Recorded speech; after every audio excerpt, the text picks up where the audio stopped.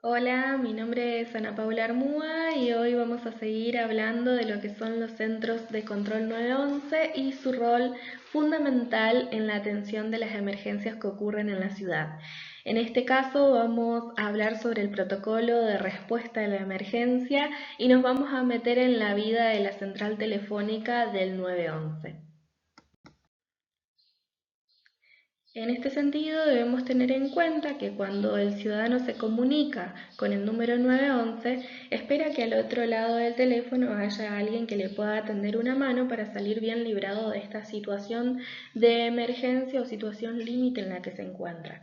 Es por eso que la persona que tiene el trabajo de atenderlo debe siempre mantener la calma para poder darle la mejor asistencia posible y poder despachar la ayuda correspondiente.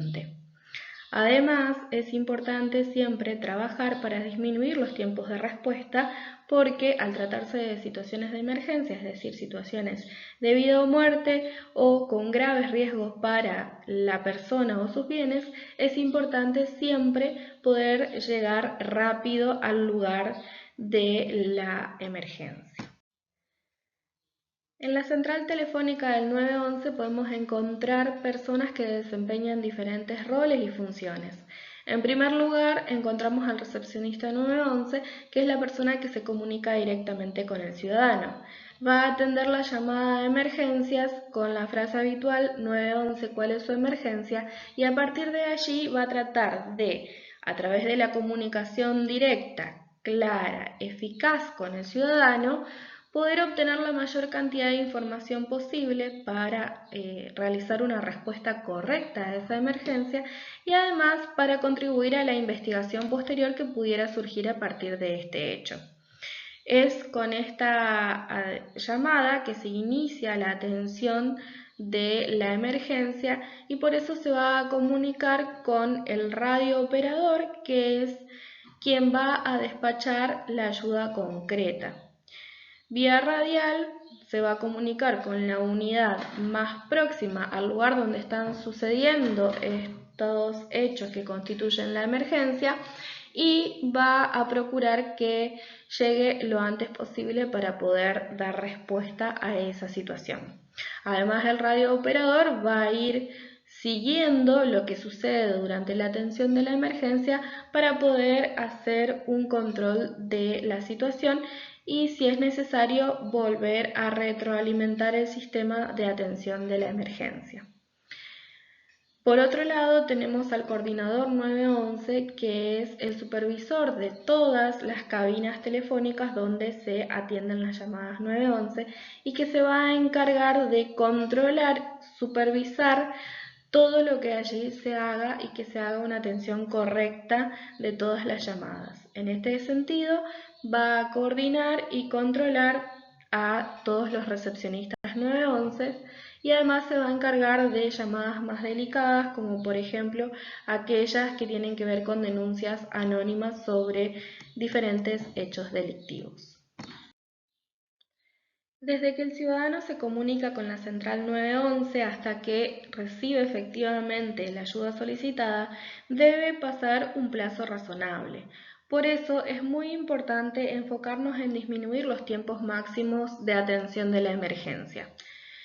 Estos tiempos dependen de tres factores fundamentales: la demanda de atención, los recursos disponibles y la gestión de la emergencia.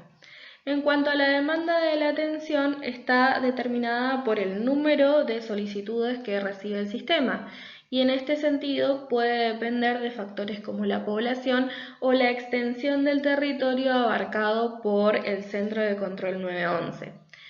Por ejemplo, no se recomienda que se abarque mucho territorio o se incluyan dentro del área de servicio a grandes metrópolis, porque entonces se produce un aumento de la demanda que puede llevar a una sobrecarga del sistema.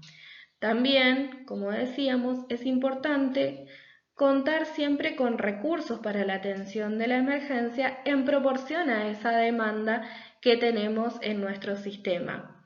Y también saber dónde están ubicados y de qué características son porque entonces la atención va a ser más eficiente. Por otro lado, en cuanto a la gestión de la emergencia, toda organización de la gestión de la emergencia tiene que tener en cuenta los pasos que hay que seguir en los protocolos de atención y que no haya ningún tipo de traba burocrática o de demora en los procedimientos de coordinación y comunicación entre los diferentes eslabones de la cadena de atención de la emergencia.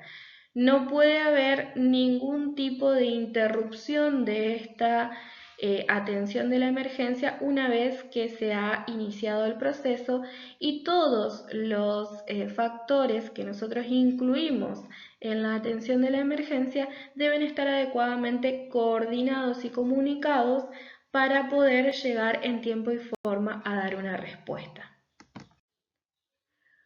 Uno de los factores más importantes a tener en cuenta a la hora de la organización de la central de atención del número 911 y al momento de pensar en los tiempos máximos de atención de la emergencia es la capacitación del personal.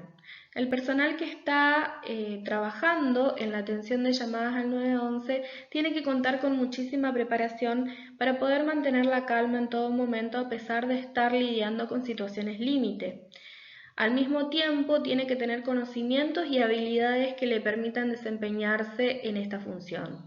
Entre los conocimientos más importantes, tenemos que procurar que sepan sobre la geografía de sus localidades y los riesgos especiales que existen en estas localidades, y además tienen que tener conocimientos en software para poder desempeñarse adecuadamente y manejar los sistemas de carga de información. Además, tienen que tener habilidades de comunicación muy desarrolladas para poder entablar una comunicación que sea efectiva con el ciudadano y les permita obtener la información necesaria.